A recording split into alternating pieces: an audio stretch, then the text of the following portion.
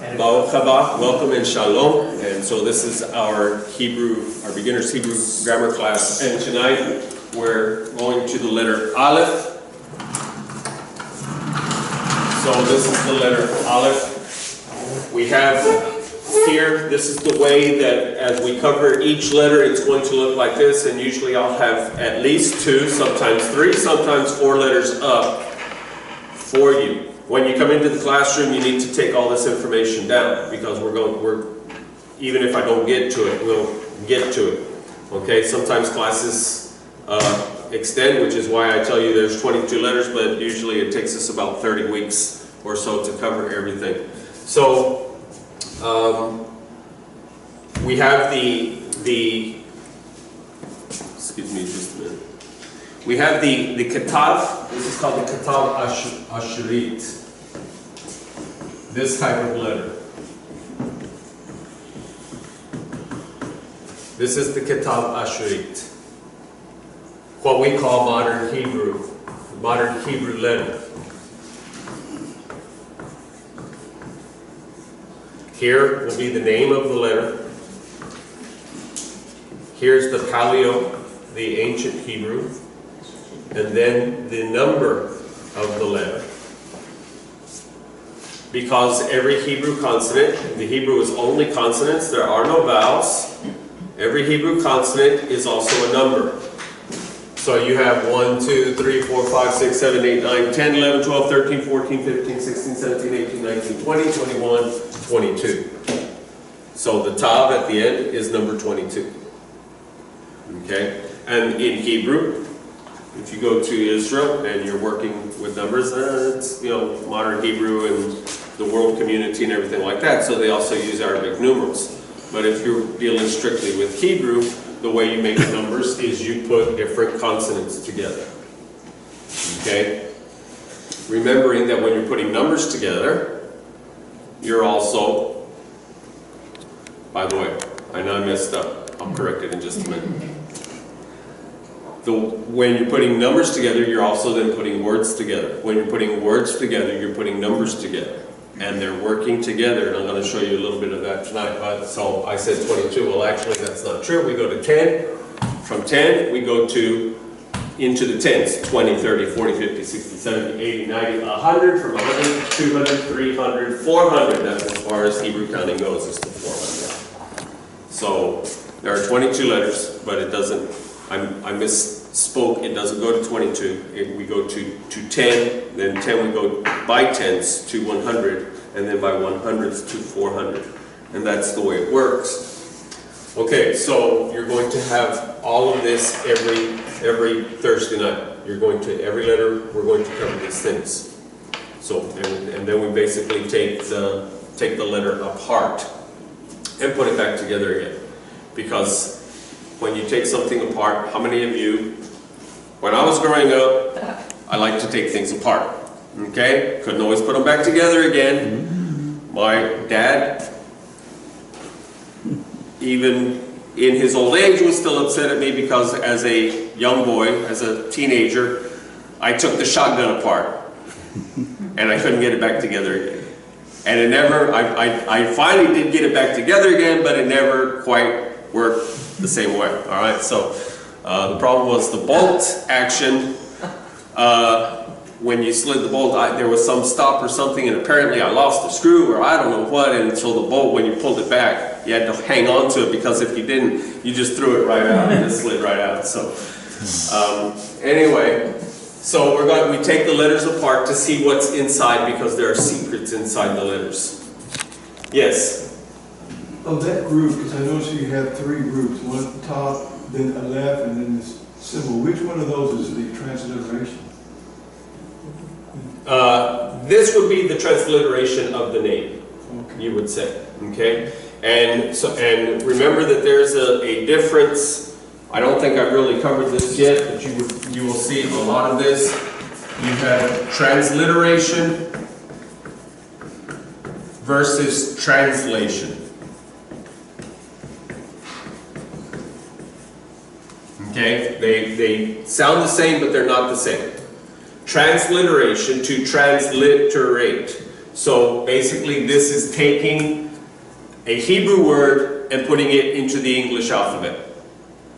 Okay, for example, this is a Hebrew word.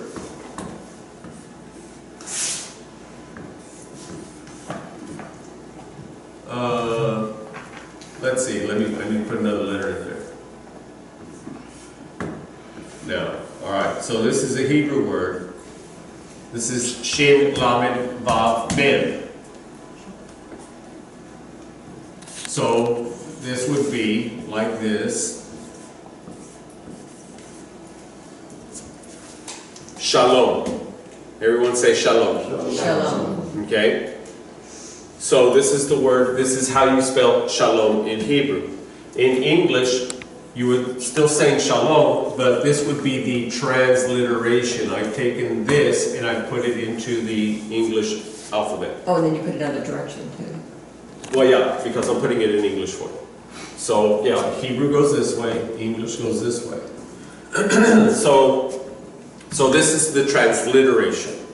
Taking the Hebrew word, I'm not defining it, I'm just putting it into the English alphabet. Okay? An example of transliteration is Yiddish. Yiddish, how many of you have heard of Yiddish? What is Yiddish? Yiddish is actually German that is transliterated into the Hebrew alphabet. They use the Hebrew letters to make the German words. And then, of course, there are Hebrew terms, Jewish terms that are thrown in as well. So even if you It's speak... kind of like a slang. Yeah, even if it's a dialect is what it is. Translation is where I take a Hebrew word and I give you the definition of it. So this word here, shalom, means peace. This is the translation. So everybody see the distinction between the two. This transliteration, I've only taken the Hebrew and put it into English letters, but it's staying in it's still Hebrew. Shalom. Okay? Translation is where I actually give it its English definition. Okay? So that's the difference between the two. So Aleph would be a transliteration of the name of the letter. Okay? To spell Aleph in Hebrew, I would do this.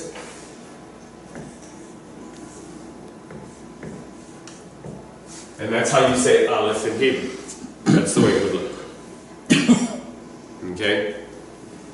So I put the vowels in here. Aleph. Basically, we talked about it. The Aleph itself is silent, so there's no sound here. It takes the sound of the vowel, which is A, Lamed, and Pe. Aleph. We're going to be doing a lot of this kind of thing. So understand that this is the way Hebrew works. What we do is we take the letter, you start here with the consonant, you go down to the vowel, consonant, vowel, consonant, vowel. And that's the way you read. That's how you read Hebrew. So it's kind of like if anybody can play a piano, it's kind of like reading piano music. It's like reading the music, reading the staff. You've got not just one note to read, like if you're playing a cornet or trombone or something like that, and you just have the one note to read. Here you have, playing a piano, you have 3, 4, 5 different notes that you're reading all on one staff.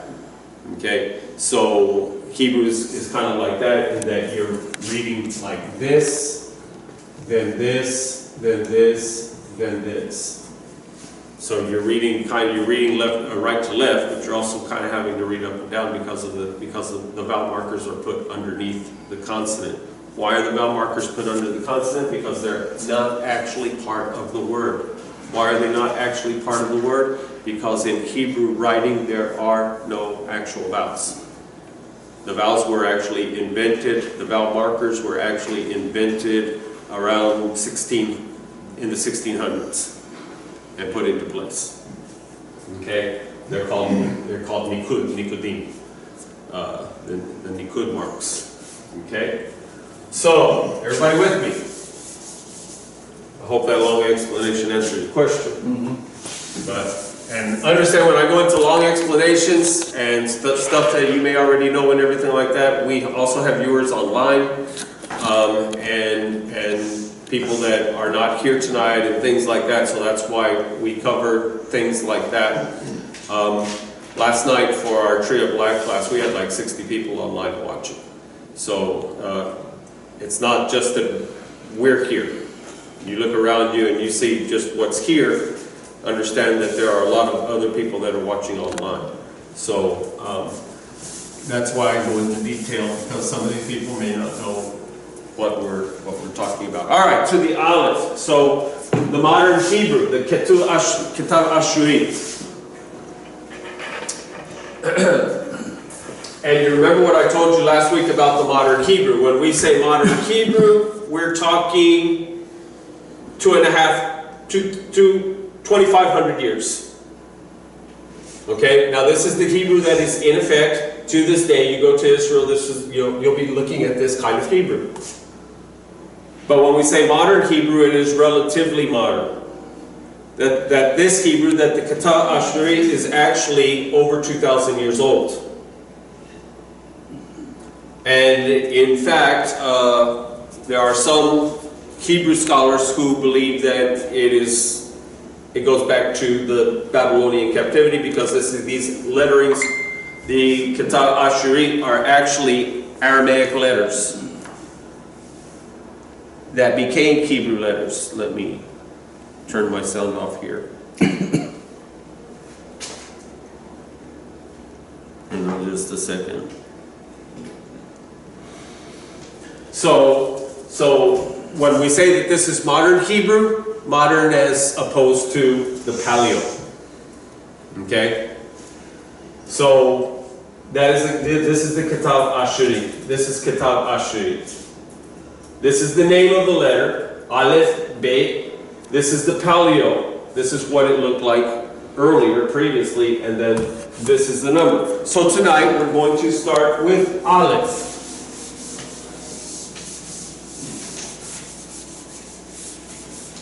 And when we get into by the time we get here to Gimel, we're going to start, we'll start the classes off with saying the Aleph-Bet together.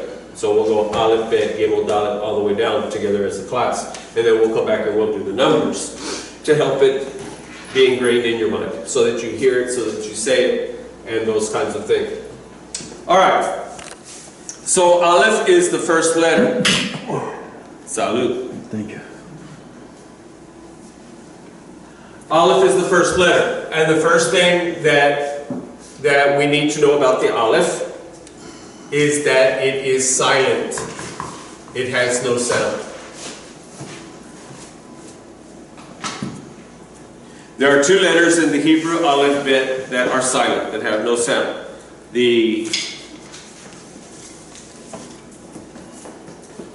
Okay, I'm disappearing again. Need to get my pointer. So the Aleph is silent. And then when you get all the way down here, the Ayin is also silent. These two letters have no sound. So what are they doing there if they have no sound?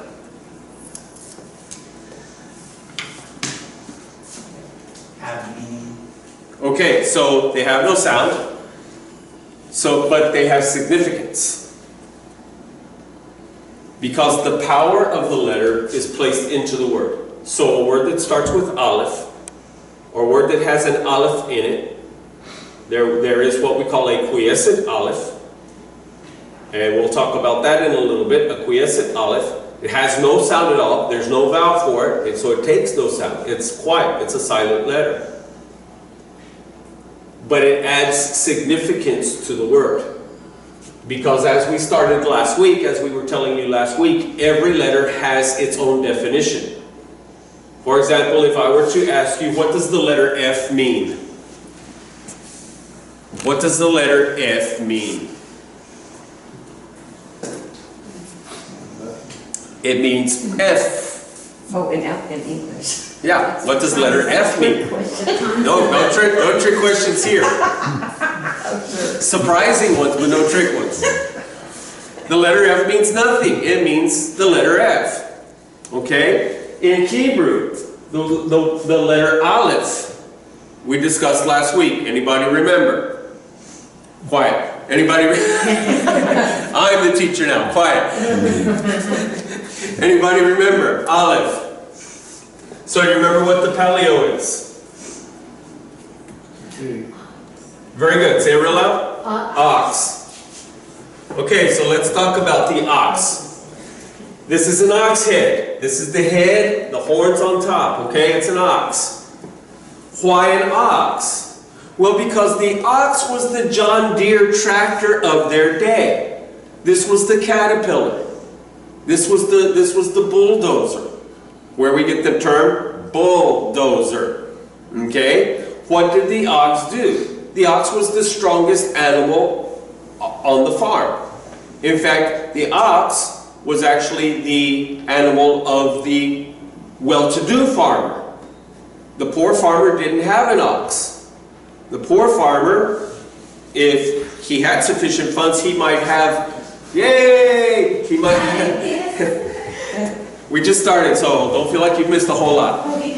What you missed, you can go back and watch. Alright, so the rich farmer, the poor farmer, he might have a donkey. Right?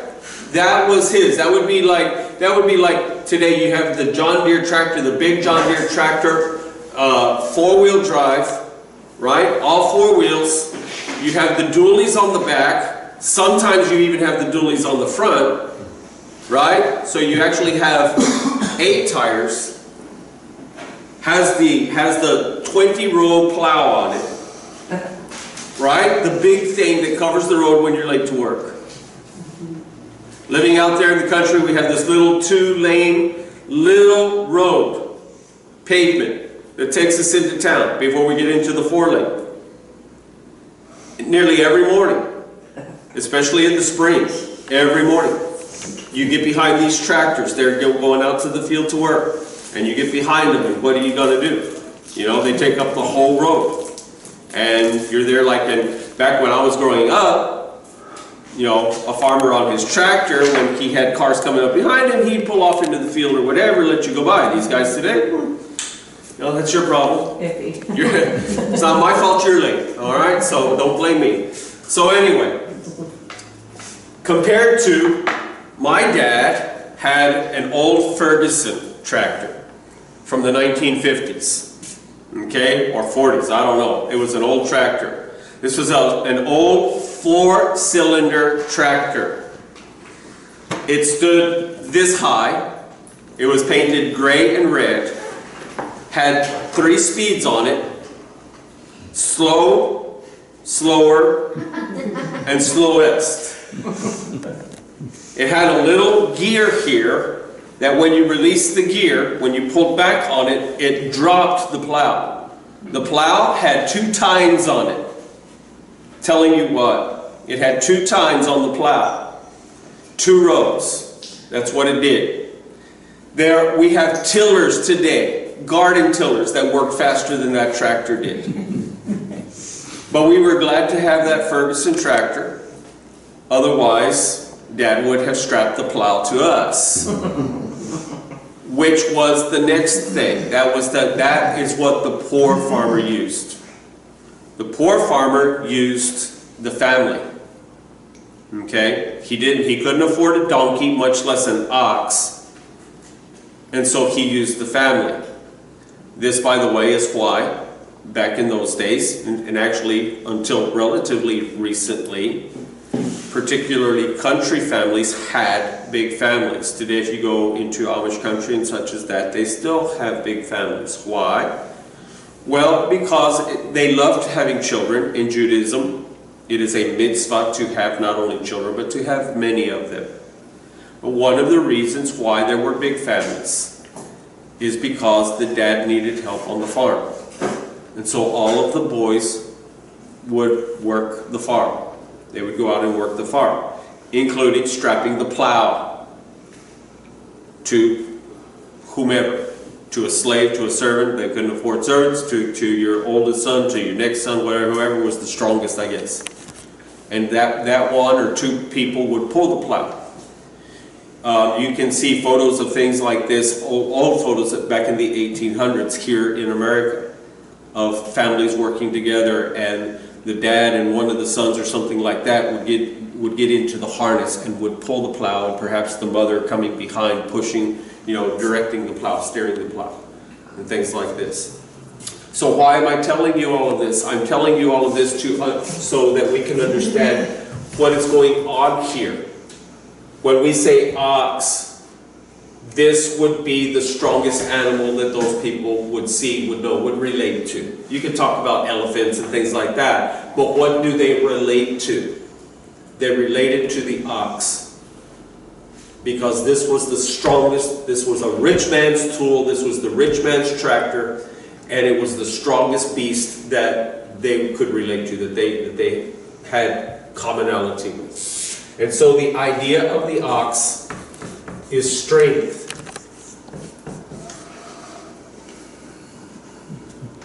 And that is what Aleph refers to.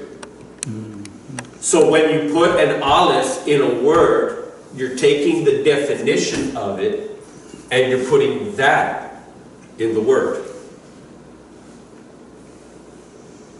And this is true for every letter. When you take this letter, we'll get into Beit in a while. When you get into this letter, you're taking the definition of this letter and that gets into the word. As well as the secrets that are in the letter, they also go into the word. So, saying that it is silent, but that there is a quiescent, it's called a quiescent Aleph.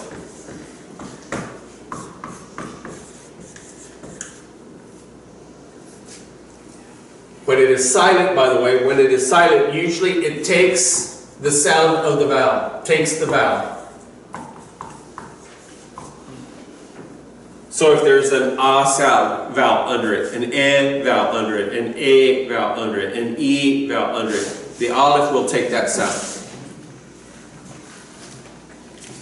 When there are times, however, when the Aleph appears in the middle of a word, it will have no vowel marker under it. This is the quiescent Aleph. It has no vowel marker under it.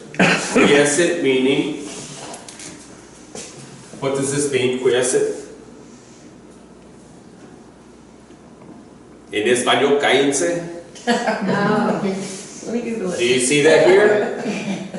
You see some of those letters here? Cállense, right? So what? Quiet. So this is a quiet Aleph. That it has no sound. It doesn't take a vowel. It doesn't have a vowel. Therefore, it is just there, hanging out with his friends. He's the quiet type, all right? I like that. He's the strong quiet type. Strong. It also means leadership too, though. Leader of a clan. We'll get into that. Okay. Don't get ahead of me. We'll get into that. Lots of races. Step at a time. We build foundations. Okay. All right. So why this brings us back to why the Aleph is in the word to begin with. If it doesn't make any sound, then what is its purpose in being there? Its purpose in being there is it's bringing its definition into the word. It's bringing in the defining terms. It's helping to define the word. It's giving color to the word. Adjectifying the word. Whatever term you want to use there. It's building the word. Okay? So we could say that the Aleph, the quiescent Aleph, is actually giving strength to the word. It's strengthening the word. Okay? Everybody with me here?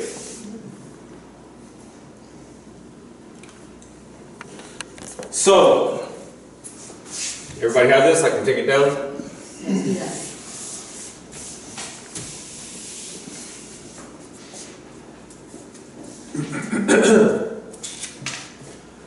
So Aleph is called the father of the Aleph-Bet. It is called the father. Why? What is its number? Its number is 1. So it's called the father of the Aleph-Bet. It's the one that starts everything off. What is first? Huh? It's first. It's the first, yeah. So it starts everything off. Who started everything off? Who is the father of mankind? Huh? Adam. But who, yeah, who's the first man? Who's the father of mankind? Adam. So, how would you spell it? Are you surprised that the word Adam, that the name Adam starts with an Aleph?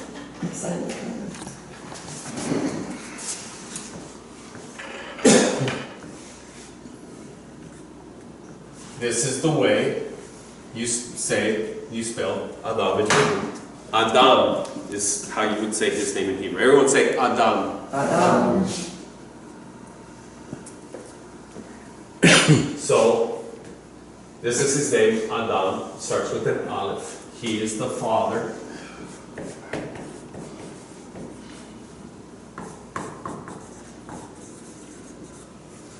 To say a Hebrew word, we'll just throw this in here for you. To say a Hebrew word, give it kind of a Spanish accent.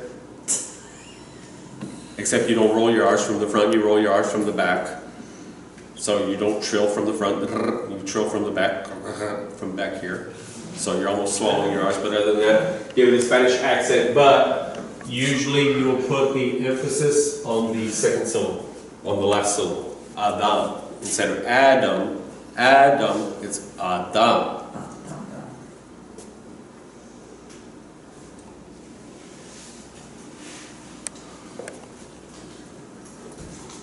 So, Adam. What does this mean? What does this name mean? Father of mankind. Good, but no. Adam. Okay, so usually either it's a name, correct? Either it's a proper name,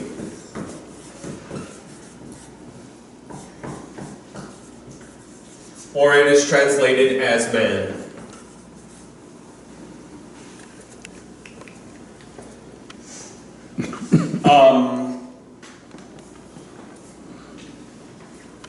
Ben Adam was a term that some of the prophets are called in the Tanakh in the Old Testament, Ben Adam, that Yeshua is called, Ben Adam, son of man.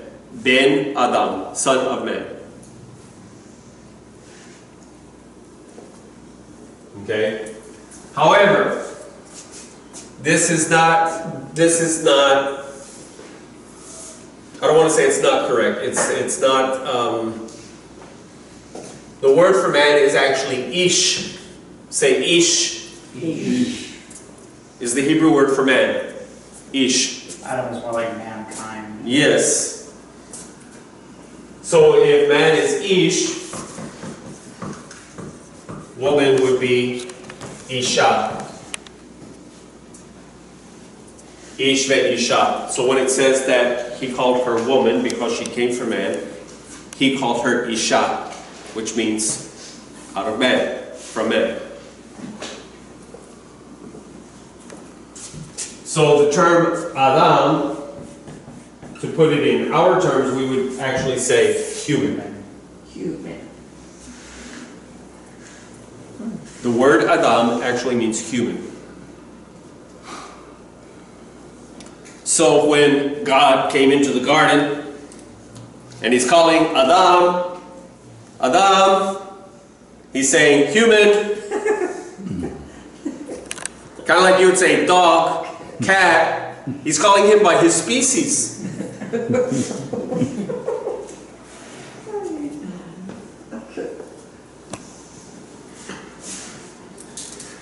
Curious thing about the term Adam. Because Adam, someone suggested the other day in one of our classes, suggested earthly. But it doesn't mean earth, because the word for earth is eretz. It doesn't mean world. It's So we couldn't say worldling because the word for world is olam. It comes from the word dam, which means dirt. So we wouldn't call ourselves, it wouldn't be earthling or worldling, it would be dirtling. Dirtling. Great. So who we are, our species, is actually named from where we came. Adam is named, the species is named, human is named from the fact that he comes from the dirt. He's made of the dirt. So when I get to thinking high and mighty of myself, a little bit egotistical, a little bit proud, remember what my name means and where I'm from. Basically, I'm a pile of dirt. But what about women? I'm a dirtling. We're a ribbling. You are from what? Yes, you're a ribbling.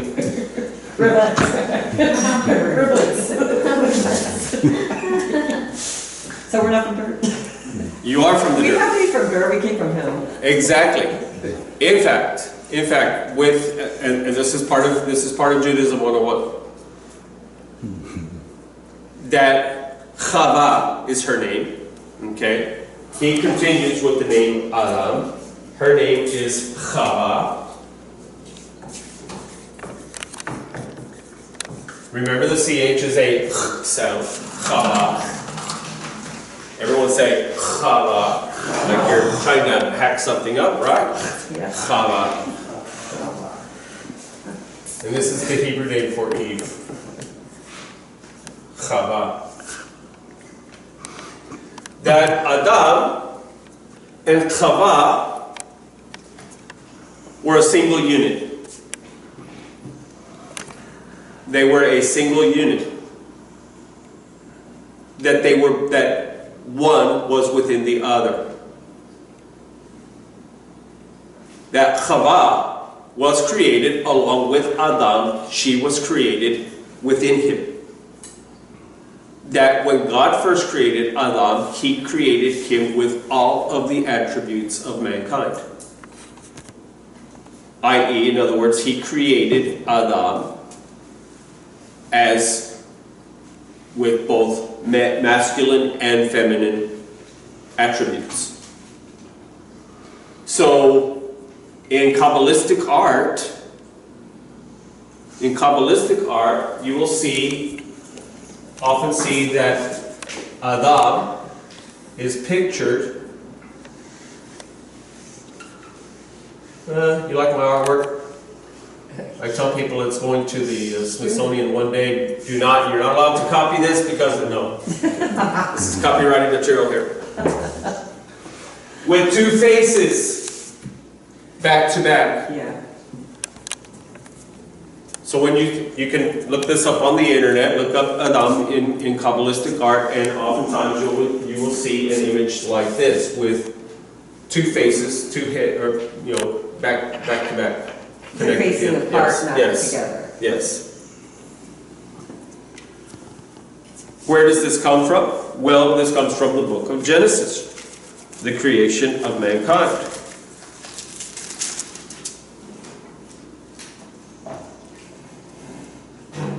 Verse 27.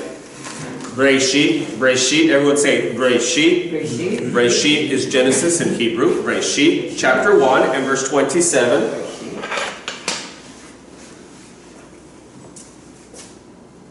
So God created Adam in His own image. In the image of God, He created him, male and female, He created them. So the way the Hebrew puts it is that they were both created together at the same time. When God says that it is not good for man to be alone, he needs a partner. The partner is already within him. Whereas all the other creatures, all the other animals have their partner there beside them, working with them. But Adam's partner is within him. So basically in order to relate to his partner, he has to talk to himself. You ever talk to yourself? Perhaps you're missing a partner. You need someone to talk to. He needed someone to relate to. His partner was within him. She was within him. God said it's better that she can be outside of him where they can face each other and they can have this relationship, this partnership, this fellowship. Okay? So God put him to sleep. He took her out of him. And when he awoke, she was there with him. Now, we don't have time to get into all of this tonight. This is Tree of Life material. But just saying, the whole concept of the bride and the Messiah come from this. Amen. Yeah. That we are within God, we're taken out of him so that we can be put back into him. The whole idea of the fall, Adam being separated from Chava. Chava eats of the fruit, she's deceived. He is not deceived. He eats with his eyes wide open. He knows what he's doing.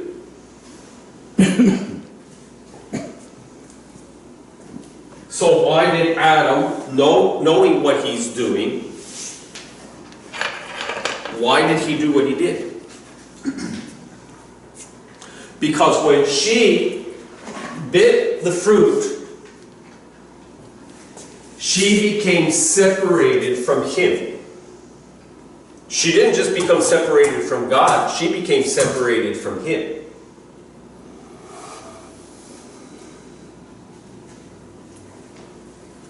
Who is she?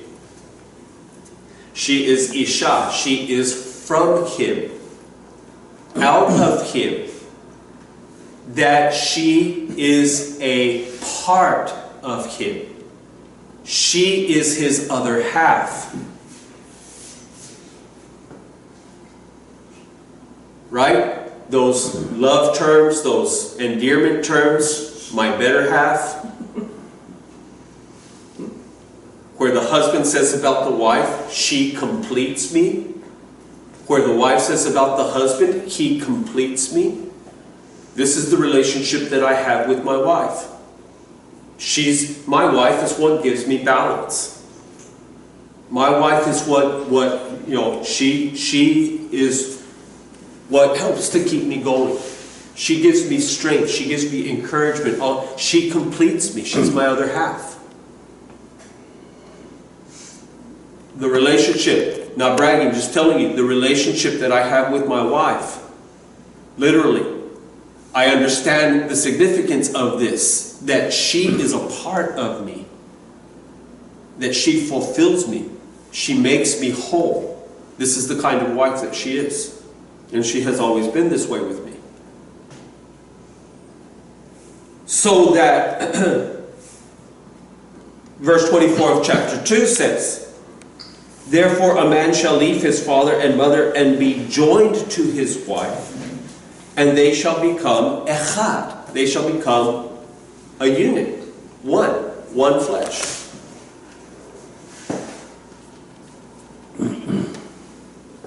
So when Chava falls, Adam lost a significant portion of himself, and he is forever separated from her. How can he rejoin her? Because this becomes the utmost desire of his whole life, is to reunite with his other half, to be rejoined with his other half. How does he do this? You have to die with it. He had to take the plunge with her. This is why Adam took the bite of the fruit, knowing what it was going to do, knowing what the consequences were going to be. Because he could not stand to have this. Rather, he would have this than he would have this. He would rather be joined back with his other half His flesh. than this. His whole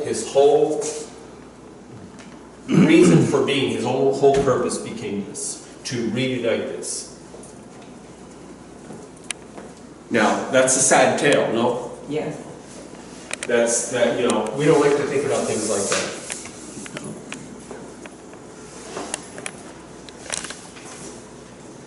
But, what happens? They do become reunited.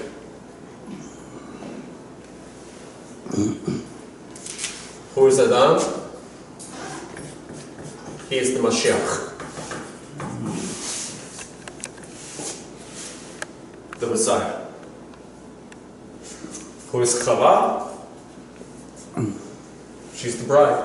Who's the bride? Church. The assembly, yes. And I don't use the term church here because this has to do with Israel, this has to do with... So the word church comes from the German word Kirk.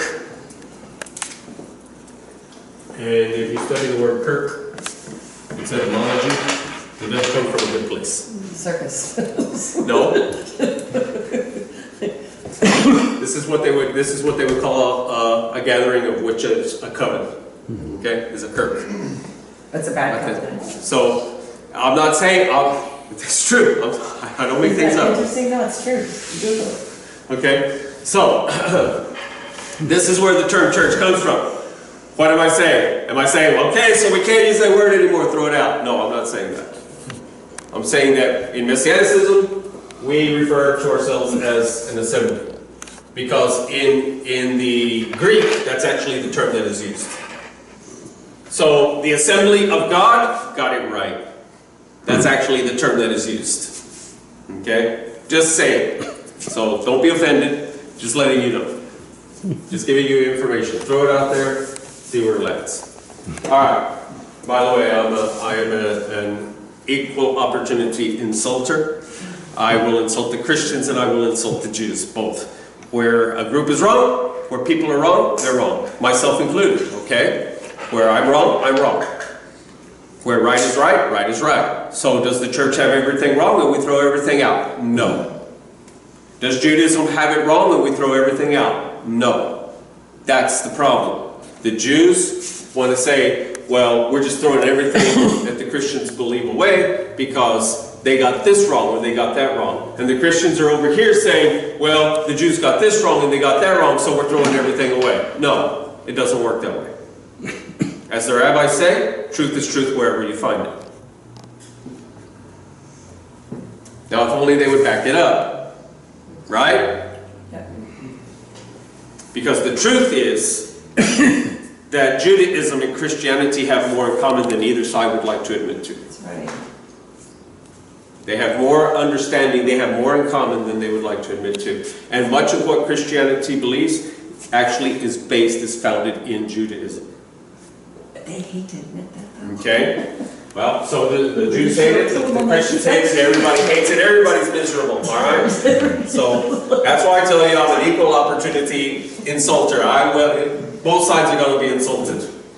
Okay? So, anyway, so Adam represents the Mashiach, the Son of Man, which Paul calls in the book of Romans, Paul calls him the second Adam. What does the second Adam, what does the Mashiach do? What is his whole purpose? He comes down, he's separated from his bride. So what? His whole purpose, everything about him is to restore his bride to her proper position. Amen. Who is the bride? Mankind. The assembly. humanity. So what does he do? He leaves his position. What did Adam do? He left his position to come down and take the position of the bride. Correct? He died with her. What does the Messiah do? Yeshua, he leaves his position to come down and take on the condition of his bride. He who knew no sin became sin for us, that we might be called the righteousness of God. Now here's the problem, the caveat here is this, that Adam, in coming down to her position, he did it through sinning himself. Rather, he should have become the sacrifice for his bride. But instead of doing that, this was the error. Was that he came down to her to rescue her by making the same mistake she did. The difference between the first Adam and the second Adam is that the second Adam did not make that mistake. He knew no sin. Yet he came to her. And by sacrificing himself, he reconciled us back to God. That's Jewish theology. But you see Christian theology there. But did he have the but Messiah came and he had the authority to do so. He kept saying, I have taken, he had the authority. Adam had the authority. Did he? What does his name start with? The strength and the leader. But it'd been a different story, huh? He didn't present himself that way. That was the mistake. That's what I'm telling you. This was the mistake. He went with his flesh. Yes. He went with his human reasoning, his human understanding. Rather than coming to God and saying, let's work this out. By the way, that's what a Kohen, a priest, does. A priest is a go-between. Okay? So the priest in the temple, the Kohen Hagadol, the high priest, he is the go-between. Saying what? He represents the people to God, and he represents God to the people. He's the mediator. Oh, and then Jesus took that. So Yeshua is our high priest. Saying what? He represents humanity to God, and he represents to the Father, and he represents the Father to humanity. So there is one God and one mediator between God and man. Is what the book of Timothy says. Who is the man, Yeshua Mashiach. Is that why the temple then was destroyed? No. We didn't need that any longer? No. Temple was destroyed because of baseless hatred, something that we see a lot of today. Hating without cause. I told a preacher this, Baptist preacher, a few years back, because the Christianity teaches that the temple was destroyed because of what the Jews did to Jesus and all of these kinds of things. Yes and no. Because they did what they did, it was because of the attitude of their heart. Because the Tzaddikim hated the Prushim. The Sadducees hated the Pharisees. The Pharisees hated the Sadducees. And then among the Prushim, they hated one another. The house of Shammai hated Hillel. The house of Hillel hated Shammai. So that they were having a civil war. This is what empowered Rome to come in. There were actually civil wars taking place. Literally, this synagogue would go to war, physical war, killing, yes, murdering. The people of this synagogue over here, because they were from a different rabbi. Because the rabbis didn't agree, they disagreed with each other. And so, the rabbis tell us that the temple was destroyed due to baseless hatred. Hatred without a cause. Which flies in the face of love the Lord your God with all of your heart and love your neighbor as yourself, the two greatest commandments. So by baseless hatred, by hating their neighbor rather than loving their neighbor, they were actually expressing a hatred toward God. The epitome of the baseless hatred was the putting to death of Yeshua. That was baseless hatred. So this is why I say yes and no. Did they die because they put Yeshua to death? Yes. Because of the reason for their putting him to death, baseless hatred. They had no reason to hate him. But they hated him anyway. Why did they hate him? Power and greed. Authority. Position. All of these kinds of things. Okay? So, Adam from Aleph. Okay? Everybody have this? This is why I tell you that we're not just studying the Aleph-Bet. I'm throwing in the basis, the foundation of what you believe coming out of the Aleph-Bet. Okay? From Adam, which means human, coming from the word dam, which means dirt. Dalet mem. Dam. Dirt. Now, what is the one thing that all mankind has in common? We all bleed. What color? Red. Red. We all bleed red. So from Adam, using this, I put a vav in here, and I have Adom. Everyone say Adom? Adom. And Adom means red. Because Adam and Adom are related, there are those rabbis who believe that Adam was actually a redhead. This is true. That he was a redhead. That he was red. Okay? Adom means blood.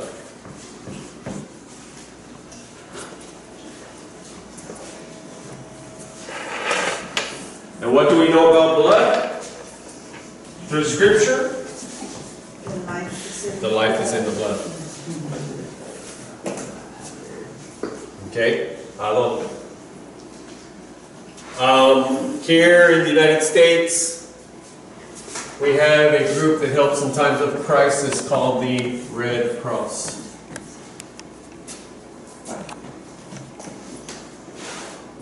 In Israel, this is problematic, right? The Red Cross, its symbol is what? A red cross. In Israel, this is problematic because they are not Christian, and the cross to them is a symbol of persecution. So there is no Red Cross in Israel. They do have an organization in Israel that is called Magen Adom. And its symbol is a red Star of David. Wow.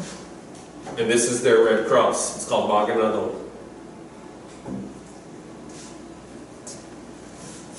Meaning, Magen means shield. Adom, red.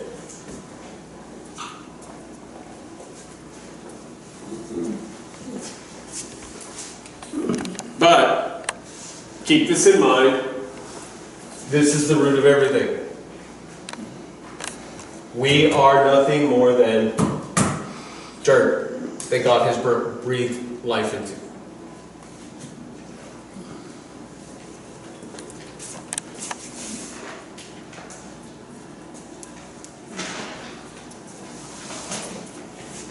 So, the reason why I'm showing you all of this is to show you the power of the Aleph.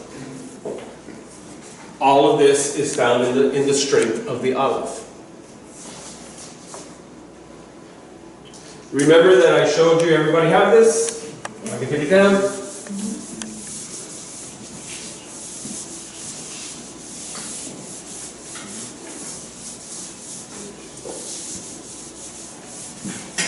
So, I showed you last week words such as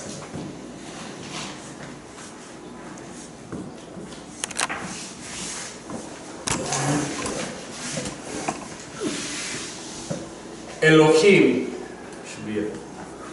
Elohim, Aleph, Lamed, Vav, He, Yud, Mem, Elohim. This is the transliteration, Elohim. The translation, God. Literally, gods. It's in plural. Elohim is plural? Yes, Elohim is plural. It's plural masculine. There's plural feminine and plural masculine. How do you tell the difference? If a word ends in noun, ends in an OT, that is plural feminine. If it ends in IM or IYM, as in here, this is plural masculine.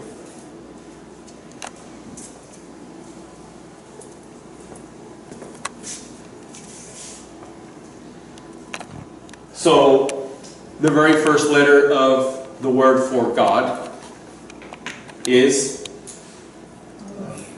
Aleph. We have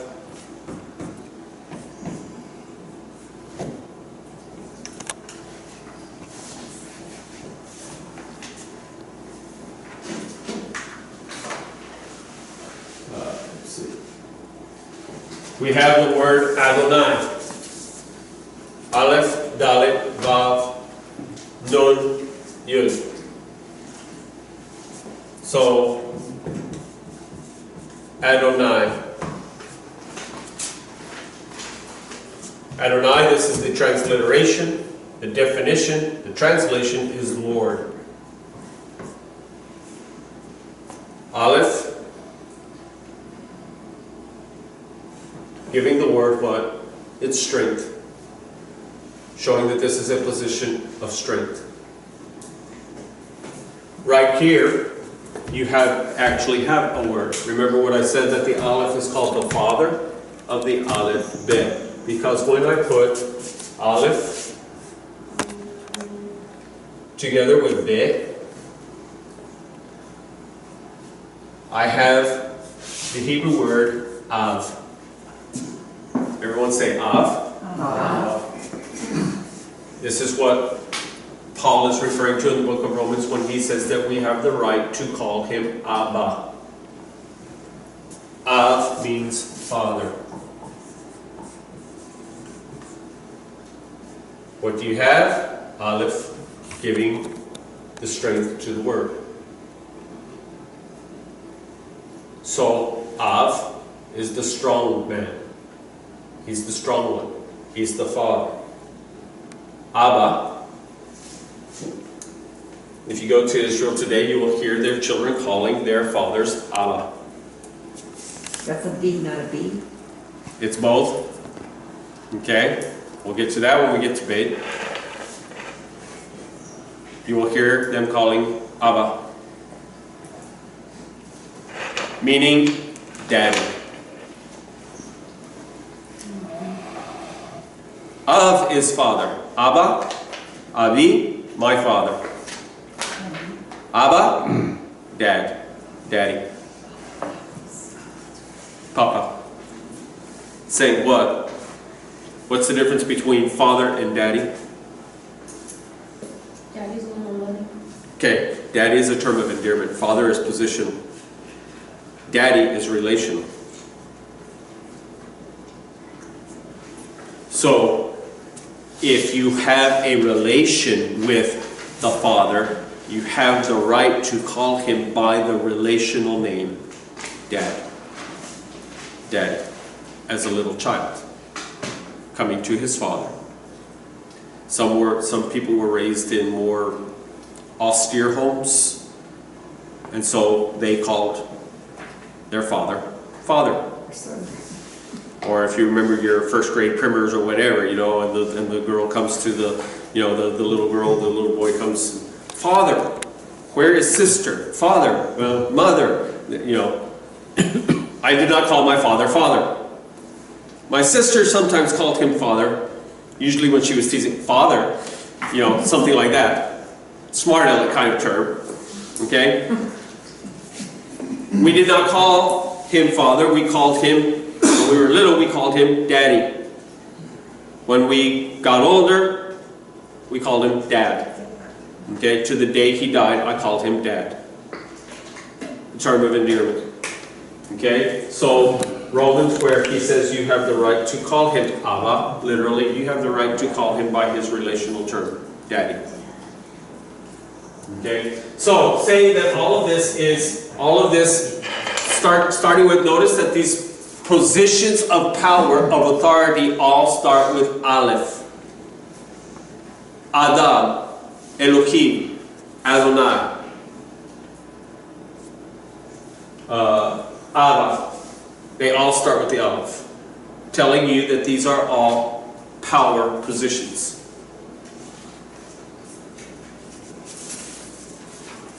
Okay, so remember the numbers.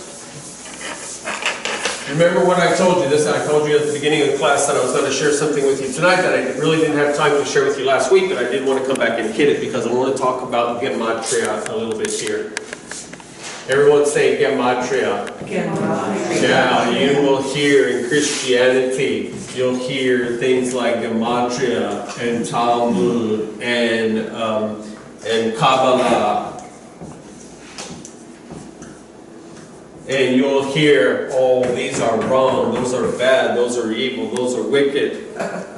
That's all just traditions of men, and that's magic and all of this kind of stuff. No, no, no. These people do not understand. The truth of the matter is, without Kabbalah, without the book of Kabbalah called the Zohar, it's a book called Zohar, without the Gematria, without the Talmud, without Kabbalah, without Zohar, we would have no concept of the Messiah and who and what he is in his positions and all the things he does, because it's never actually defined for us. The Tanakh, the Old Testament, never uses the term Messiah. Not in this way. The Torah never mentions the Messiah. It has what we call allegories and allusions to. Not illusion, allusion. For example, at the fall of Adam and Chava, chapter 3,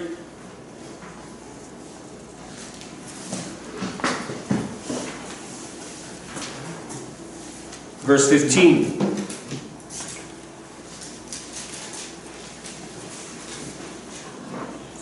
This is what we call the first Messianic promise, the first promise of a Messiah.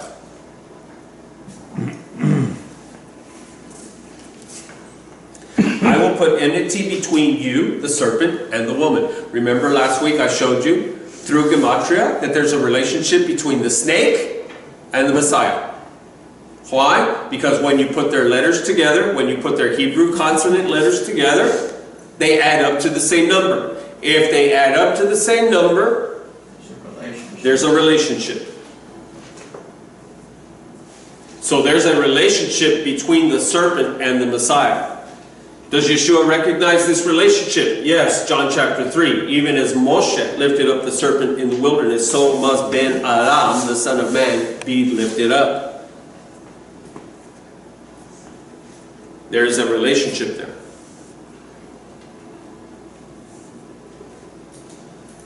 So he says, I will put enmity between you, the serpent, and the woman, Isha, between your seed and her seed.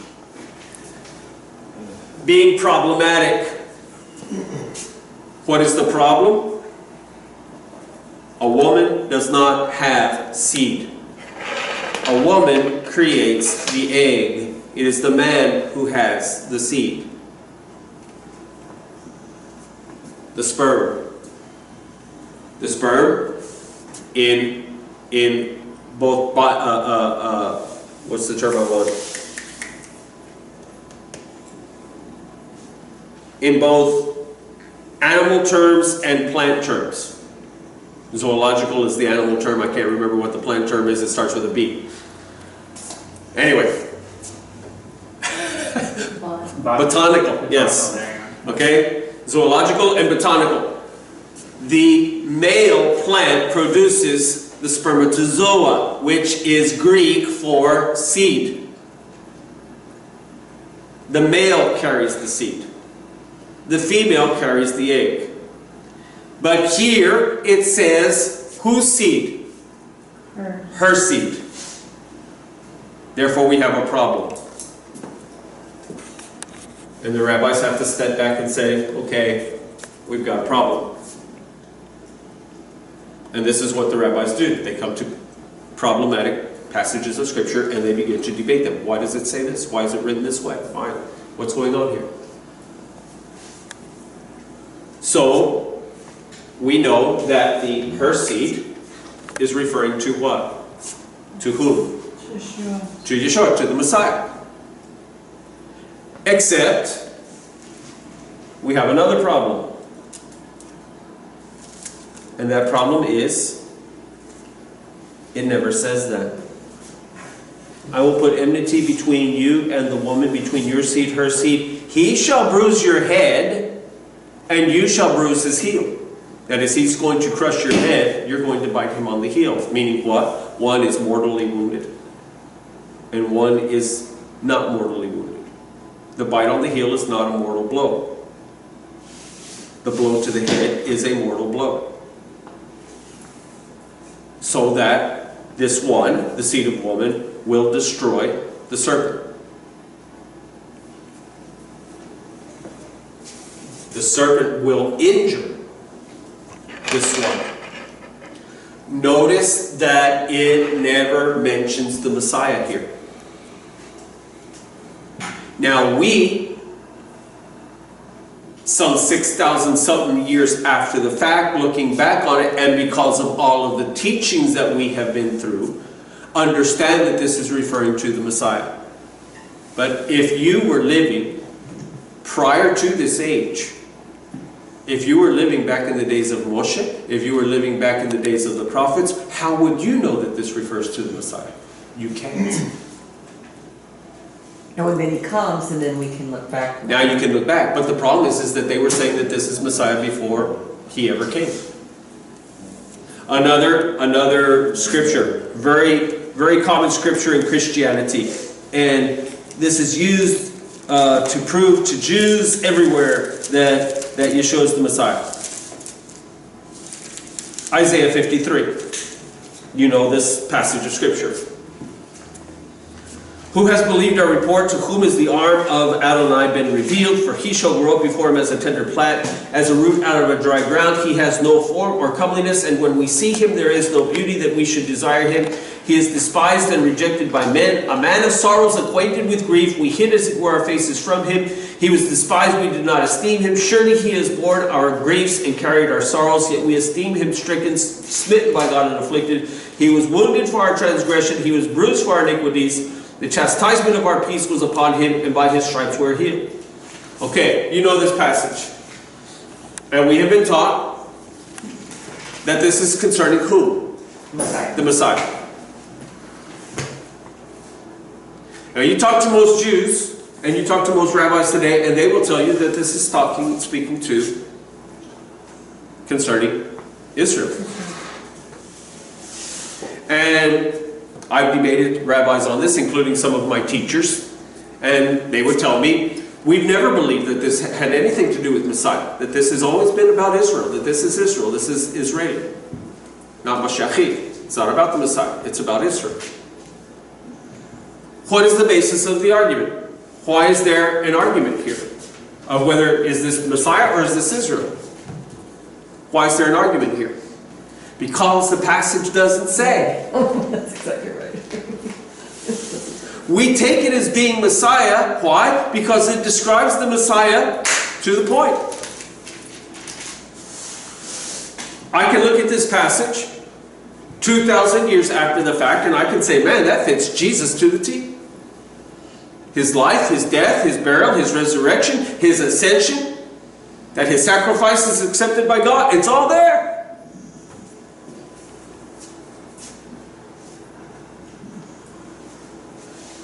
When the rabbis say that no, this is not Messianic, this is about Israel. This is about the nation of Israel. We've never believed that this was about the Messiah. Bam! Wrong answer. Now, when I was debating the rabbis concerning these things, I didn't have the material that we have today. Because back then, there was no internet. The internet was just coming out. In fact, I had the first Tandy desktop computer sold by Radio Shack. That was my computer. 5 years after I got that computer, they finally came up in Harlingen. They came up with the dial-up network where you could dial into the internet. And by the way, for those of you who didn't have the joy of that, number one, it took forever. It was noisy. It went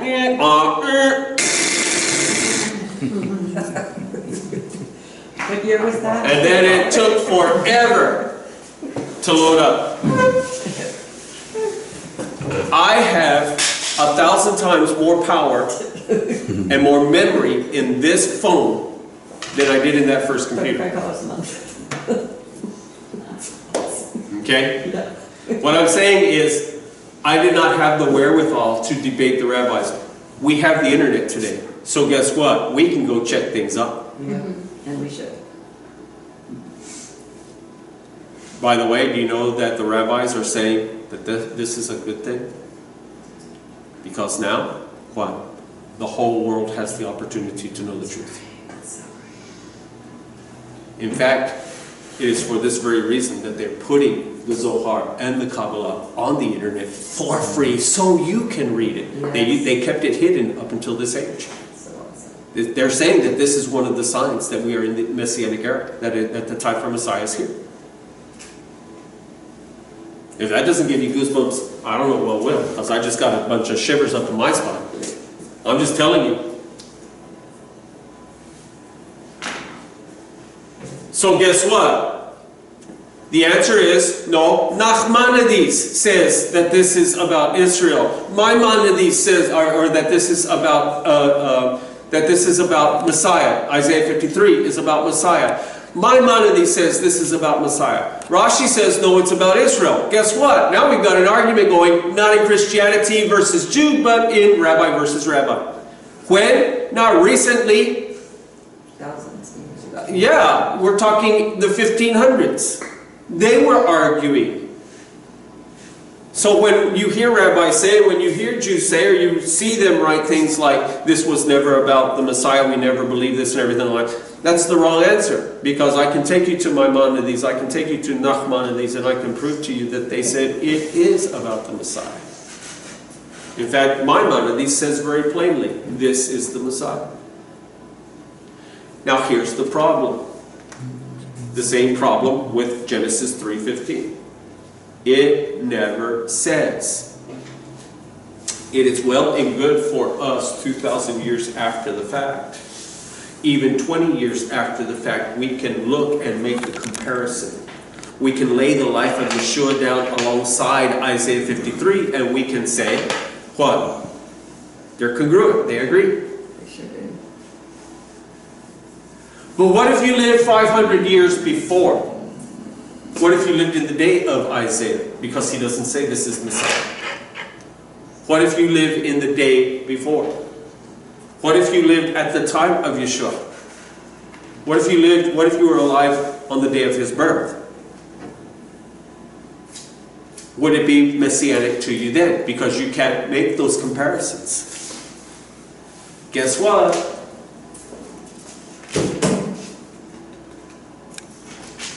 Now you'll hear Christians say, oh, Kabbalah is actually a recent invention. Well, no, the writing down of the Kabbalah is a recent invention. So is the Bible. By recent, we mean the Middle Ages. A rabbi called Luria was the first one to begin writing down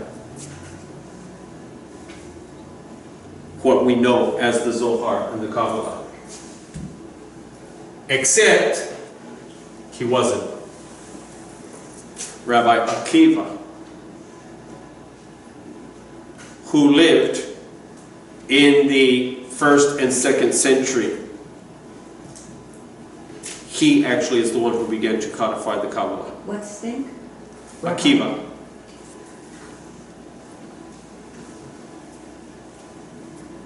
So those give us the window, the clarity, looking to more information. This is what tells you, this is speaking, and you can actually go into these books. What is the Kabbalah?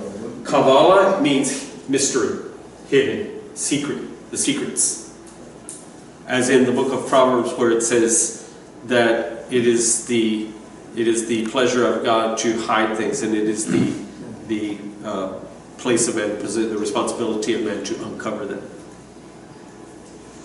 And they get all excited. So what I'm explaining to you here, why? Because we're going to go into Gematria and I'm going to be showing you things that predate Christianity, that in fact predate Yeshua. Because what Rabbi Akiva, what these men did, these rabbis from the 1st century, they took the wisdom, the oral tradition, see, bad, oral tradition, that's just the traditions of man, and don't understand that this explains where a lot of Christian thought and doctrine actually comes from. Or was it like just rabbis arguing with each other? Or Yeah. was it, okay. Well, it's not just that. These rabbis would have dreams, they would have visions, they would have revelations. God, they would be their study, and God would show them things. Like us. God would reveal himself to them because of the depth of their spirituality. I'm not familiar with that first one. The other two I do know. Okay, so Talmud, so Kabbalah, actually, Kabbalah is mystery. Zohar is the book which Kabbalah is based. Talmud means teaching. These are the oral teachings. Talmud, teaching. Talmid is a student. Disciple. In the New Testament, where the word disciple is, there were 12 disciples. Talmidim. Students. Gematria. How do I put this? Numbering system.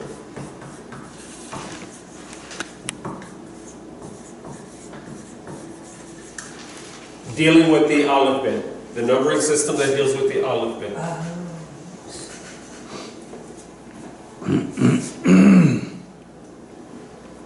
So, what is the number of Aleph? 1. Got that? The number of Aleph is 1. Look at the Aleph, and how many parts does it have? 3. What? How many? 3. Does that say anything to you? Not yet. That should be familiar to you. Father, Son, Holy Spirit. You have 3 in one. You have 3 parts in one letter, in a single letter. You will see this over and over and over again in Judaism. 3 is a mystical number. Did I miss something? Where did you get 3 from? There are 3 parts to the Aleph. You have this part, and this part. So there's 3 parts to the Aleph, okay? And yet, how many letters do you have? This is what it means by Echad. Because often you will see Echad being translated as one. And in fact, Jews and rabbis, the rabbis will tell you, this is one. It means one. It means one. Shema Yisrael, Adonai Eloheinu, Adonai Echad. Hear, O Israel, the Lord our God, the Lord is unity. Literally. It's translated as one. But the significance of it is that it is a unity. Solomon, who took the Zohar and he made a commentary on it, speaks to this. That God is a unity. Not a singularity. He is a plurality within a singularity. Is that why he's saying we created in our image? Yes. Genesis? Yes. This is why the term for God is plural, Elohim. Not that there are more than one God, but to explain this plurality within singularity. What do I mean? I have one letter, Aleph, but it has within it 3 parts. Now the parts, you remember from last week. Who remembers what the parts are? You remember? What are they? Yod. Okay, so we have a Yud, what? And the other Yod. And the other Yud. So we have 2 Yuds and what? Vav. A Vav. So this is a Yud, this is a Yud, and this is a Vav. Show you up here on the chart. Can y'all see the chart? So this here is the Vav. See the Vav? This is a Vav, but it's slanted. This is a Yud. Right here's the Yud. So you have an upper Yud and a lower Yud. Okay? So you have 3 parts. You actually have 2 distinct letters involved here. The Yud and the Vav. There's significance in all of that too. Yeah.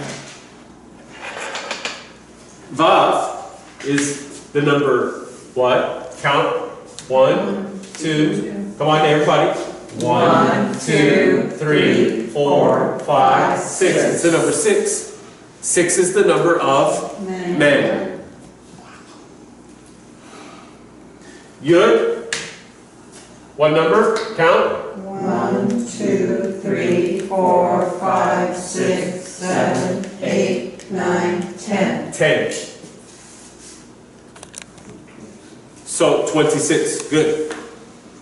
And this is where we're headed with this because I'm going to show you something.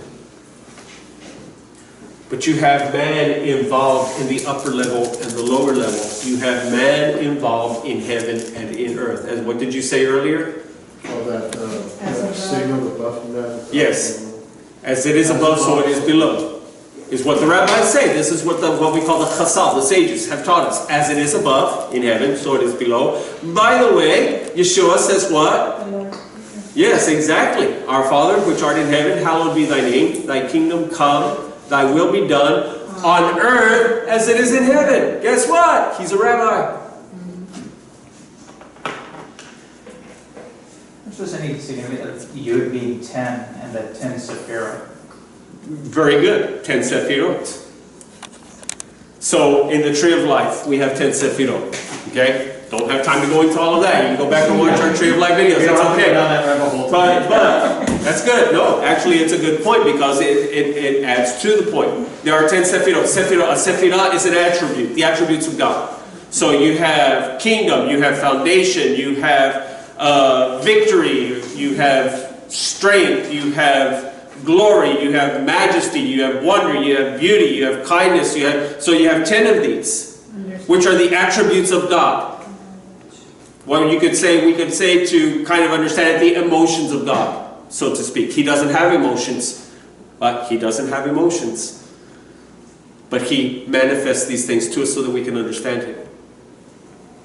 And what are we supposed to do? We are created in His image, in His likeness. Therefore what? Remember I talked about, some of you have heard me talking about being his shadow. Betzelem Elohim, to be created in the image of God. Salam, literally, the shadow. What does the shadow do? I was showing them this last night. What does the shadow do? It moves where I move.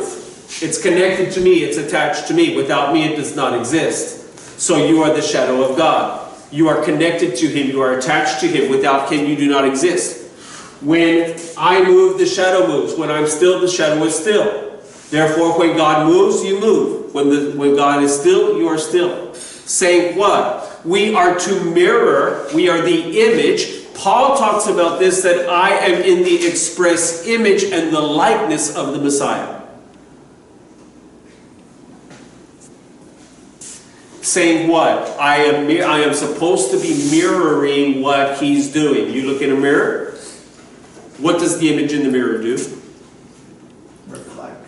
Reflect what? What does the image of the mirror do? So you go like this. What does the image of the mirror do? It does it back to you, right? Right. The image of the mirror does what you do. In fact, it's so close a likeness that it is a reverse likeness. You're seeing the reverse of yourself. In effect. Why? Because that's why when you look in a mirror, you have letters written on your shirt. Chris has letters written on his shirt. Stonehenge, he has letters written on his shirt. Right? In the mirror, how do you see it? Backwards. Why? Because it is copying exactly the reflection off of you. It's not making a correction. It's reflecting back exactly what is being expressed. Why am I saying all of this? Because the upper Yud and the lower Yud, this is you and me. This is what is in earth. This is what is in heaven. Notice that they are a reversal of an exact copy of each other. They are the exact thing of each other, but one is reversed. Saying what? I am to be mirroring what is going on above. This is what is meant by. As in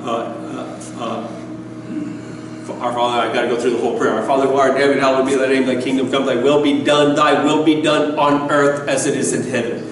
That's what this is. In effect.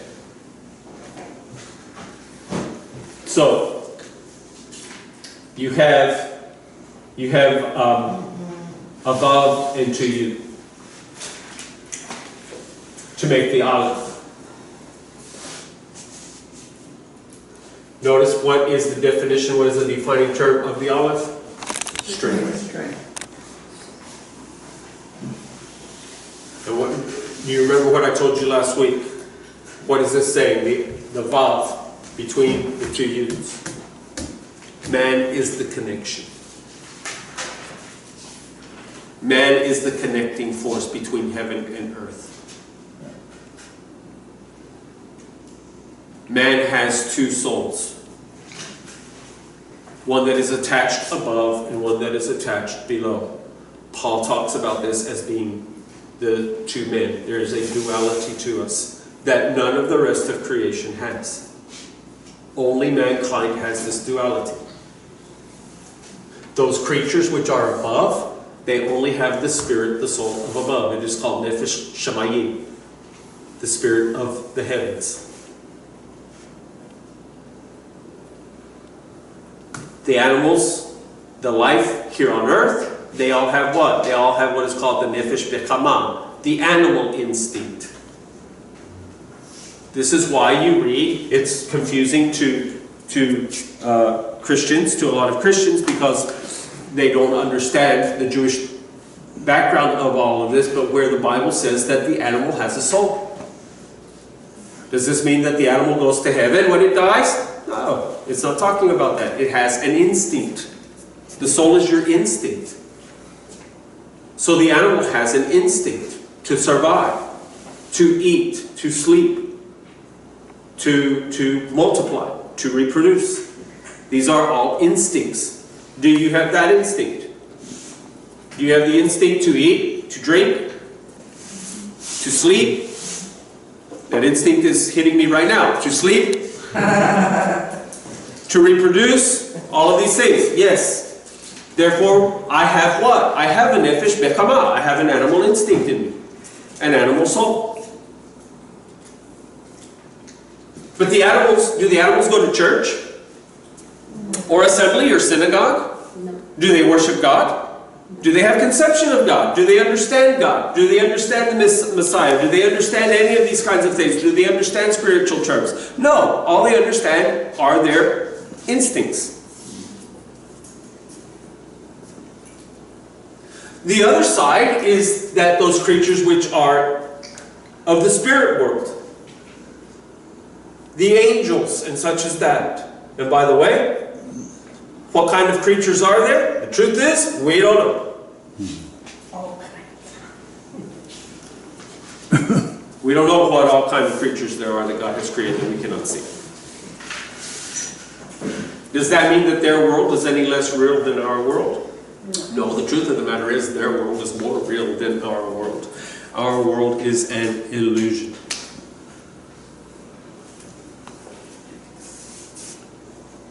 But they do not have an animal instinct. Therefore, they do not worry about eating, they do not worry about drinking, they do not worry about sleeping, they do not worry about reproducing, they do not worry about any of these kinds of things. Because that is not their instinct. Their instinctual nature is of the spirit world. Therefore, they do not comprehend this world. Even as the animals, your dog does not comprehend the spiritual world.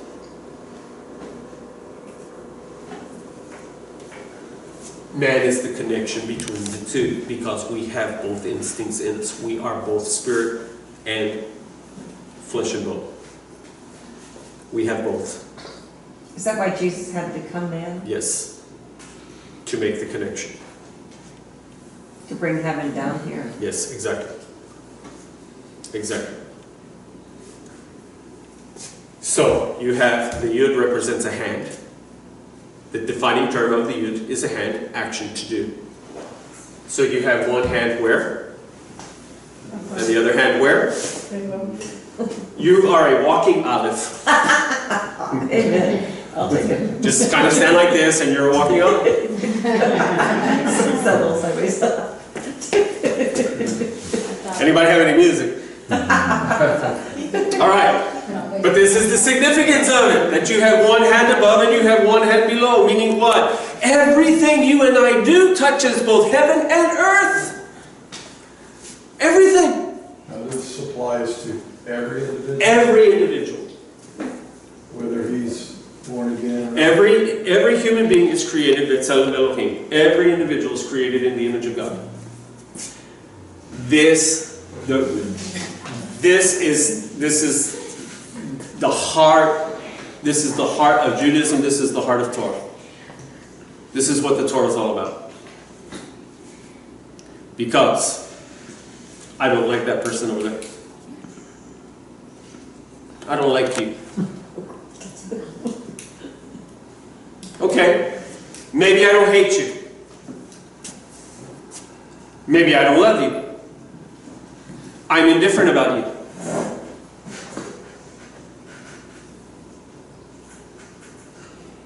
Both of those positions are wrong, no matter who the person is. Every human being. Adolf Hitler? Yes. Every human being is created B'Tselem Elohim. What is the problem then? The problem is that the switches of the attributes have not been flipped on. Therefore, they are not reflecting the attributes of God.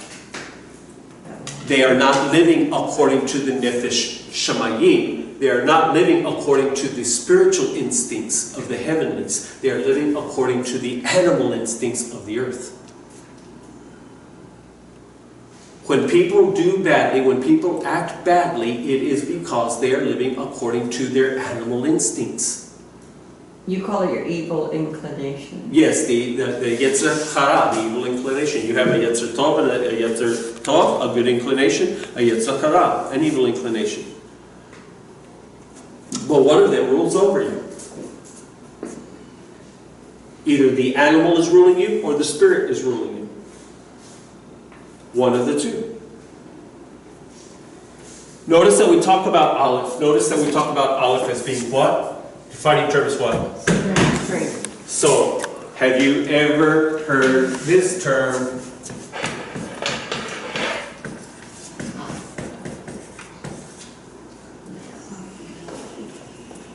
This is where it's coming from. The alpha male. Now, we speak of this in human terms, not in a good way, most of the time. When you talk about an alpha male in a human being, this is a person, usually speaking of a person who's domineering, overbearing, these kinds of things, right? Controlling. Because usually we refer to alpha male in what? Animals. In the animals. The dog. If you have a pack of dogs, you will have all of the dogs, and then there will be one male who is the alpha male, and he tells everybody else what to do. Right, that's true. And if you don't behave around Kim, you get a little nip, or maybe a full-blown fight. Yeah. And if this dog wants to be alpha male and this dog wants to be alpha male, you see it in all of the animal world. You see buffalo and elk and what doing what? In the rutting season, what are they doing? They're slamming heads together. Why? This is their animal instinct.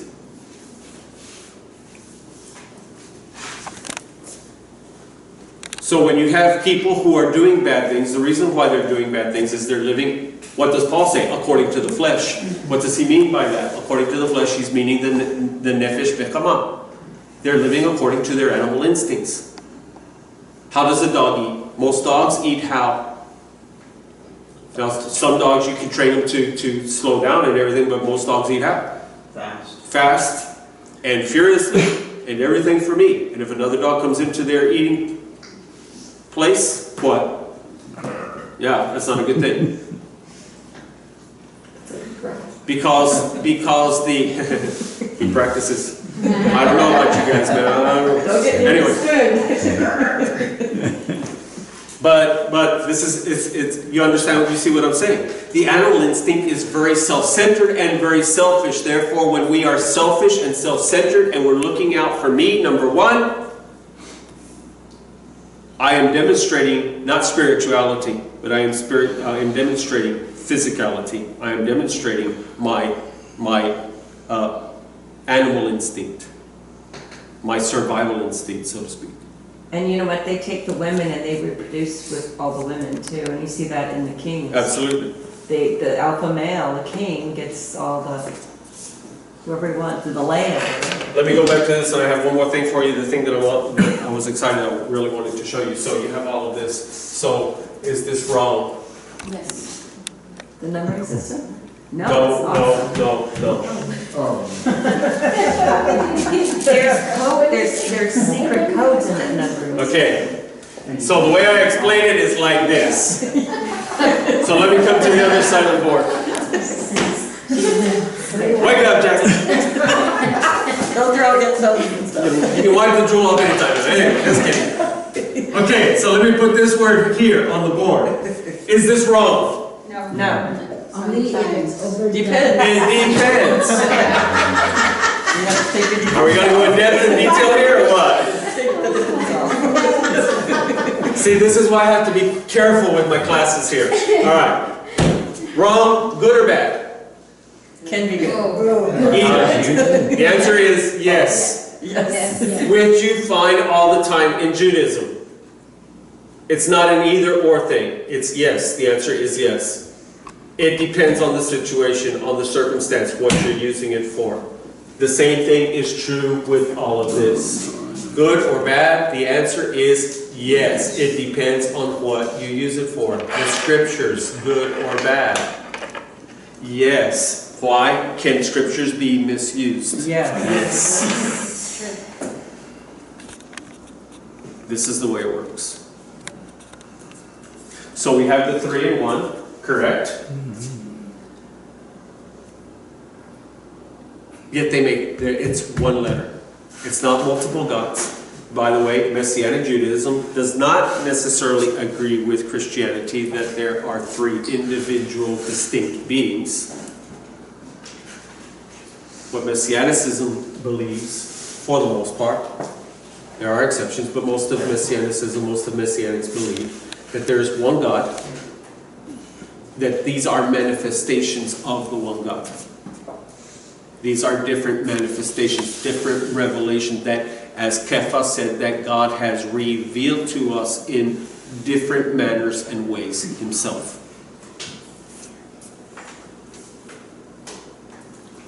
So that Yeshua, it says, who created the heavens and the earth in the beginning? Who? Yeshua. But who created? What does the scripture say? Who created the heavens and the earth? God. God. And yet in John we read what? In the beginning was the Word was with God, the Word was God. And all things that were created by Him, and nothing was made without Him. Making Him what? God. He's the Creator. What is His name? Yud-Keh Vav-Keh.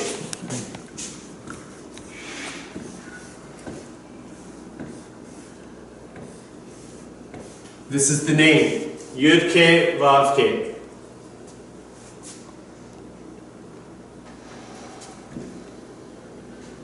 This is God.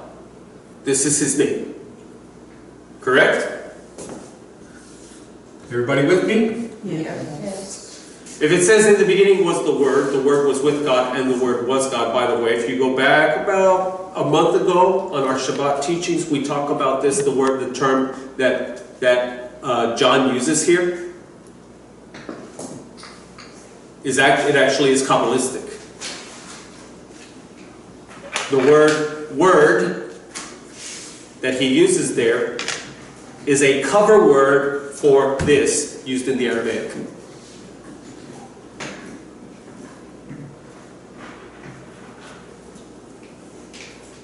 That in the Aramaic version of the Tanakh, of the Old Testament, rather than saying Yud-Keh Vav-Keh, you know how in your English Bible that word is translated this, right? How many of you remember that? Capital L, capital O, capital R, capital D, that's a cover word for this. Coming from the term Adonai. So small L, but big L, and then the rest. Capital L, it's all capitals. When you see in your English Bible, when you see it's all capitals, It was the Hebrew uses this term. okay, what if it's not all capitals? Then it's not covering. When it's all capitals, it's the covering word for this.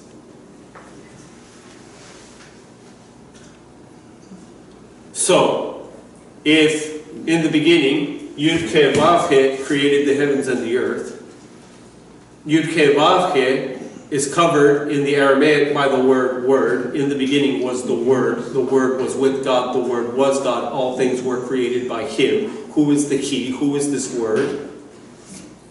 Who is the He? All things were created by Him. Who is Him? Yeshua. So what are we saying then? Who is He? He is He. And He is He. They're one and the same. Do you believe that He is the Creator? Come on. Yes. You believe He's the Creator? Yes. Do you believe that He is the Creator? Yes. Do we have multiple creators? No. No. Therefore what? They're one and the same. So you ready? Remember what we did? Over here. You have two yuds and a vav. We're going to close with this, and next week we get into date. Okay, we have two yuds and a vav. Right? Yeah. So let's do some gematria. So remember what the vav is? 6. And a yud is? 10. And a yud is? 10. So gematria works this way. You take those letters and you add them together. So add those letters together. 26. Equals what? 26. You ready?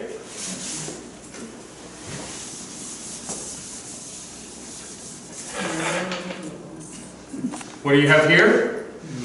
which is, 10. so now you have a hey. So let's count it out. Ready? 1, 2, everybody. 1, 2, 3, 4, 5. You know what the vav is? What is the vav? 6. And now you already know what the hey is, so. 5. So now what do you have? 10 plus 5 plus 6 plus 5. Okay, 10. 2 5s is 10, right? Plus 6 equals. So what do you have? 26 here, and you have 26 here. What is this telling you? There's a relationship between this and this. The Lord is my Strength. That's the way Gematria works. You start adding the letters together and you start finding connections. When you're making a word, you're making numbers. When you're making numbers, you're making a word. And God has arranged it in such a way, He has arranged Hebrew in such a way that He builds secret relationships between all of these things. Where you find a word and a second word that are not necessarily related, but their gematria adds to the same sum, there's a relationship there in Hebrew. What relationship does the word Messiah have to do with snake?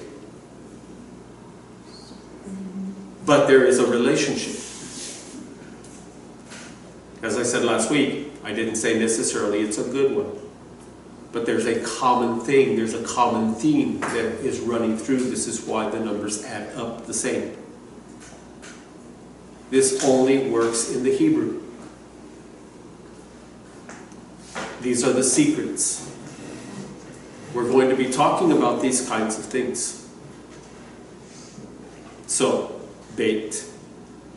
Next week we take up bait.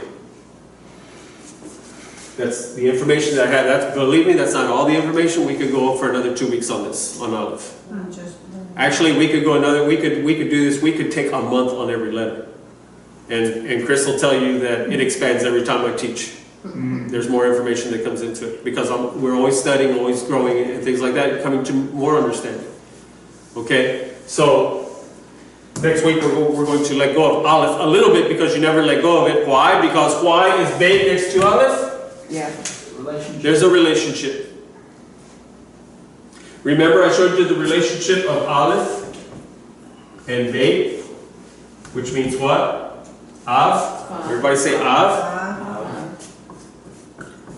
You can't forget in 45 minutes what I just taught you, all right? It's not permitted. You have to remember Av, Father. Right? Father? Why? Because this is the letter Beit. Everybody say Beit. Beit. This is the word here, Beit. Beit, from the word Bayit, which means house. Father's house. The father is the man, is the strength of the house. That's what it said. The father is the strength of the house. He's the core. You notice that we have a mark inside. This is called a dagesh. Everyone say dagesh. There are certain letters that will take a dagesh, and this makes it hard because beit can be beit or veit. You ask me if it's B or V? Yes, the answer is yes. It is B and V. How do you know? If it has the dagesh in it, it is a beit. If it does not have the dagesh in it, it is blank. It is a V, a veit, a softer sound. So here's what the rabbis taught me when they were teaching me Hebrew. When you have a dagesh, it means that the man is home. Oh, that's awesome. Making the house what? The beit is strong. So it's actually 2 letters. This is problematic when you're reading transliterations. because you actually have two letters that make V sounds. One is the Vav, and the other is the Bet, without the Dagesh, the Bet. And you don't know whether it's a Vav or the Bet. You start beginning to pick up on it, but you really don't know until you see the actual Hebrew and see, is this a Vav here or is this a Bet here? Because both of them are transliterated as a V. So when you see Shabbat, the reason why Shabbat has two V's is because of the Dagesh. Shabbat, telling you to make sure you're hitting it hard. B, why? Because it is spelled like this. Shabbat. So when it has a Dagesh, you will see the letter double to make sure you hit it hard. So the paleo, we'll restart here next week, but the paleo, just giving you a heads up, the paleo here is the diagram of a tent. As in what Abraham lived in. This is the entrance here, you come in here, this is the bedroom back here, this is the family area, this is where you would meet your guests, the living room and everything. So it's the diagram of a tent. How cool is that? Why? Because back then, in Abraham's day, the tent was the house. Okay? So the relationship between the Aleph and the Bet is that it is the Aleph that gives strength to the Bet, making the Aleph the father of the home. Is a father in a home important? Even the letters of the Hebrew alphabet say absolutely. He's the one who gives the strength to the home. We live in an age where there are many families who are single parent homes. And I'm not criticizing that. I'm not saying anything. Circumstances, things happen, and we're living in an age where, 70% now, today, 70% of marriages fail. And we're living in a day and an age where sexuality between persons who are not committed, who are not under contract. This is Judaism teaches that you are to be under contract. Sexuality simply between two single people. What happens? You have children. What happens? This is not good. And there's no strength of the There's male no in the strength. house. Exactly. This is the problem. So people who are coming from a single family home, I'm not criticizing you. It's not my place. I'm just stating that this is the situation, this is the condition. Because God intended for there to be a male and a female. And this was the whole. This is what makes up the whole. Remember that the woman came out of the man. And they're to be united together. Echad, the same word is used. That the two shall become one. Echad, just like the Aleph is Echad. Two parts working together to make a single unit. But actually, how many parts do you have here? Three. So you have a father, a mother, and a child. Man, I could just go on forever. The Holy Spirit, the Shekhinah. Did you know that the Holy Spirit, that the Shekhinah is in the feminine form, not the masculine form?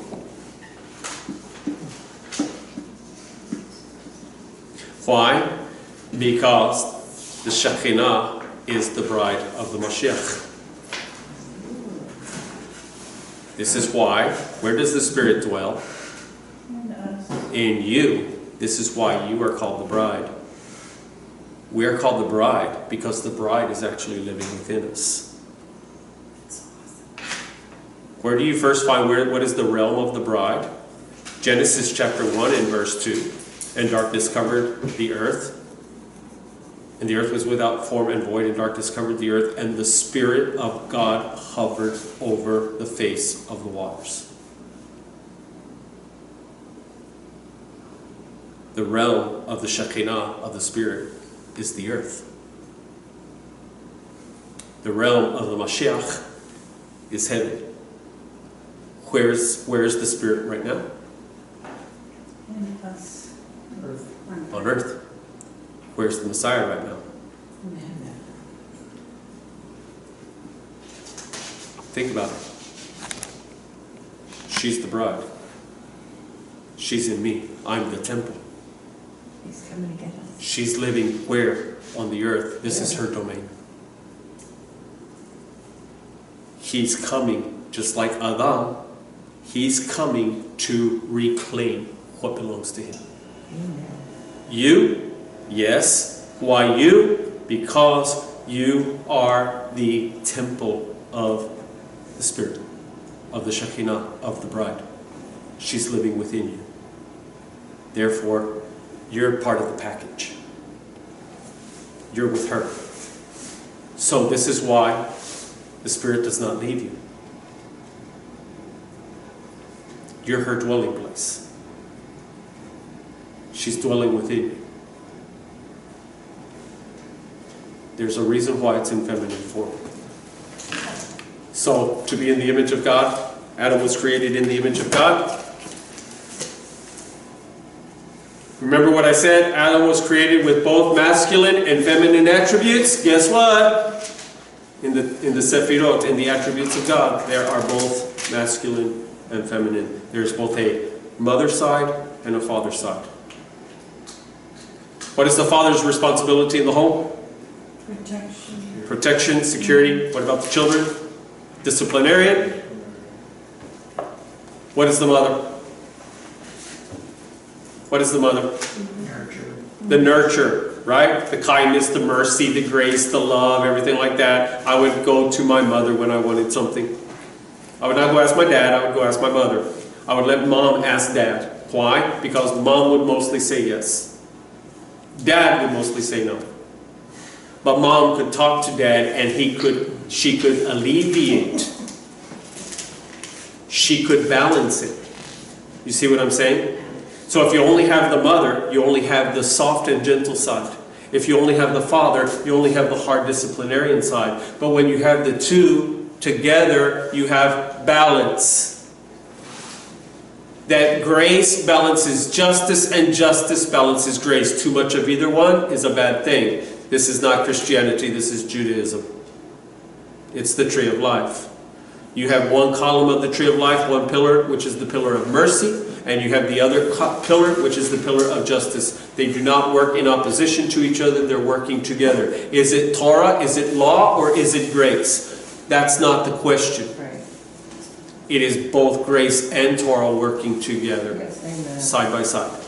They are not exclusionary, they are not in opposition to each other. So with that we say Shabbat, we say Shalom, Ve'layla Tov. Good evening.